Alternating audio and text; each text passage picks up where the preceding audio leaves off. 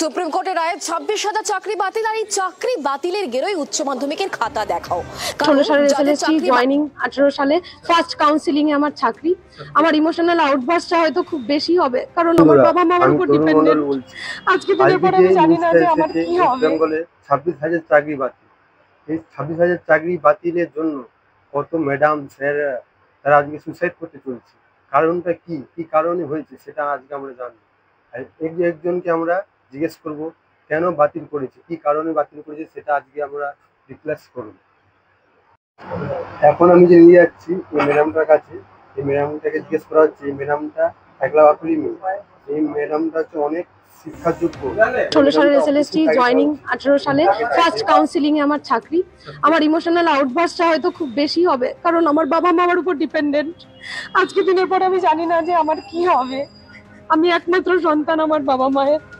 তো আমি স্কুলে সেরকম একটা খবর পেয়ে আমি ভীষণভাবে ভেঙে পড়েছি। আপনি কতটা যোগ্য? আমি অবভিয়াসলি, কারণ আমি ইউনিভার্সিটি টপার।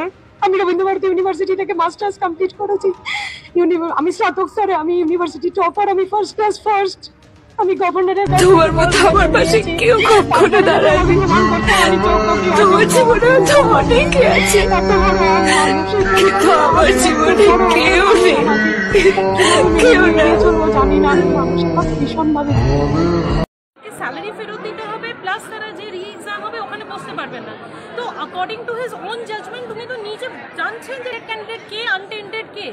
যখন এই সেগ্রিগেশনটা ওখানেই পসিবল, কেন তিনি কেমন কোন ইয়েতে উনি বলে দিলেন যে না আনটেন্টেড ক্যান্ডিডেটসেরও আর এরকম একটা আশাই তো করিনি এরকম রায় হতে পারে। আমরা কি দোষ করেছি, আমরা কি বলবো। আর টাকা দিইনি এটাই দোষ। টাকা দিয়েছে যারা তাদেরও যা শাস্তি, যারা দেয়নি তাদেরও তাই শাস্তি। সত্যের জয় হলো না এটাই দেখলাম। সৎ পথে আর চলা যাবে না এটাই বলছে, এটাই বলে দিল আমাদেরকে। তাহলে আমাদের দোষটা কোথায় যদি একবার দেখিয়ে দিত, তারপরে চাকরি যেত, আমরা বুঝতাম।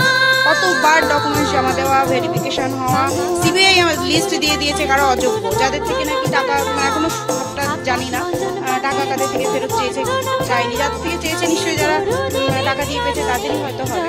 তাহলে তো ওরা জানেই কারা টাকা দিয়ে পেয়েছে আর কারা টাকা দিয়ে পায়নি। তাহলে সেটাও যখন জানে, তাহলে চাকরিটা কি করে যায়? আর এখন চাকরি যাওয়া কি 6 বছর চাকরি করার পরে চাকরি চলে গেছে, আমরা কিভাবে চলবো, বেঁচে থাকবে কজন তাই জানি না। বেঁচে থাকতে হয়তো কেউ থাকবে, আর যারা কি করবে জানি না। সবাই কি বলবো, এটা কিছু বলার নেই। আমার একটা বাচ্চা আছে 2.5 বছরের। কিভাবে চলবো আজ থেকে, এখন থেকে কি করে চলবো আর জানি না। 16 সালে এসএলএসটি জয়েনিং, 18 সালে ফার্স্ট কাউন্সিলিং এ আমার চাকরি। আমার ইমোশনাল আউটবার্স্টটা হয়তো খুব বেশি হবে, কারণ আমার বাবা মার উপর ডিপেন্ডেন্ট। আজকে দিনের পর আমি জানি না যে আমার কি হবে। আমি একমাত্র সন্তান আমার বাবা মার।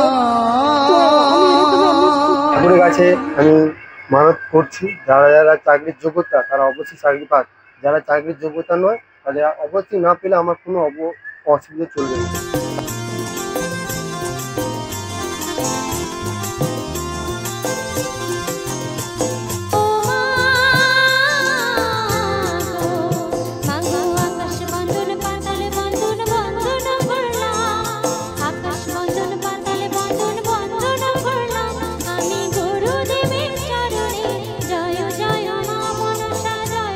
আমি একজন পিএইচডি হোল্ডার, এমফিল পিএইচডি করা রামকৃষ্ণ মিশনের ছাত্র।